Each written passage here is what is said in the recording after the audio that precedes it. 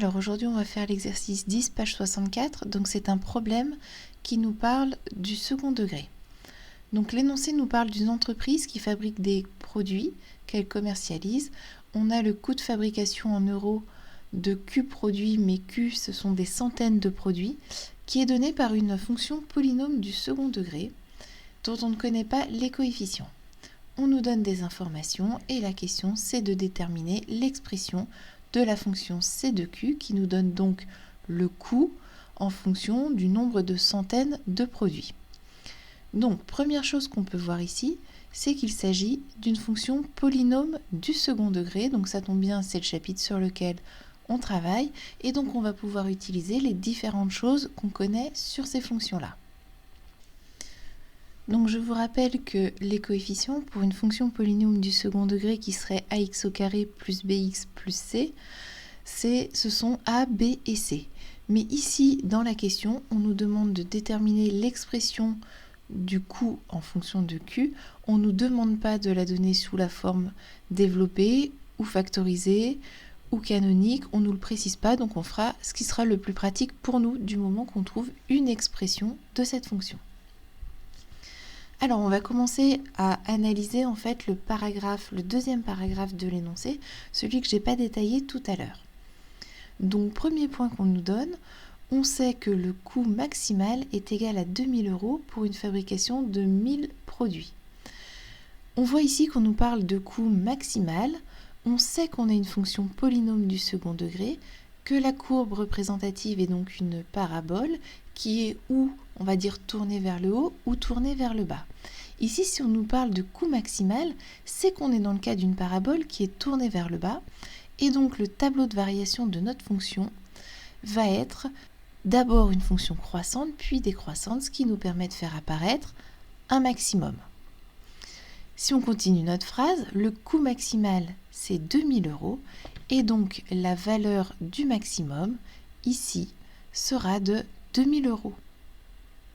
Et par ailleurs, on nous dit que cette valeur est atteinte pour une fabrication de 1000 produits. Donc nos 1000 produits, on fait attention, on est dans un problème et du coup, on a peut-être quelque part une indication qui nous dit comment est-ce qu'il faut considérer cette quantité. Et c'est ce qui est entre parenthèses ici, Q, la quantité de produits, est exprimée en centaines. Du coup, il faut faire attention que 1000 produits, ça correspond à 10 centaines.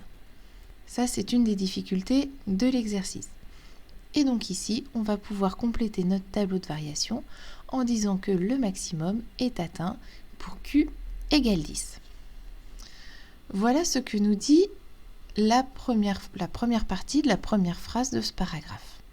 Alors ici, normalement, ça doit venir faire écho à quelque chose du cours qui vous parle, c'est-à-dire qu'on reconnaît le tableau de variation qui correspond à un coefficient A qui serait négatif, et ce tableau de variation tel qu'on l'a dans le cours, on voit que le maximum de notre fonction vaut bêta et qu'il est atteint en alpha. À partir de là, comme on voit que les informations de l'énoncé nous permettent d'avoir accès très rapidement à alpha et bêta, qu'on utilise pour la forme canonique, on se dit que le plus pratique, ça va être probablement de travailler avec la forme canonique que j'ai écrite ici, non pas avec f de x, mais avec c de q pour être en accord avec notre énoncé. Et donc on aurait un coût c de q qui serait a, facteur de q moins alpha au carré, plus bêta. Ici, je vous rappelle qu'on a une information sur le coefficient A qui est que A est négatif. On va venir identifier entre nos deux tableaux les valeurs de alpha et de bêta et donc on trouve immédiatement, en regardant les tableaux, que alpha vaut 10 et que bêta vaut 2000. Du coup, notre fonction, le coût, on peut l'écrire déjà comme étant A, facteur de Q-10 au carré, plus 2000. Donc là, on a fait déjà une grosse partie du travail. Ce qui va nous rester, ça va être maintenant de déterminer la valeur de petit a. Pour déterminer la valeur de petit a, on va regarder les informations qui nous restent dans l'énoncé et qu'on n'a pas encore utilisées. Donc si on continue notre phrase, on voit que les coûts fixes sont nuls et la phrase suivante nous explique ce que sont les coûts fixes et ils correspondent aux coûts de fabrication lorsque aucun produit n'est fabriqué. Concrètement, dans la vraie vie, les coûts fixes, ça peut être par exemple la location d'un bâtiment ou l'abonnement à l'électricité, ce genre de choses. Donc ici, les coûts fixes sont nuls et les coûts fixes, eh bien finalement, c'est C20.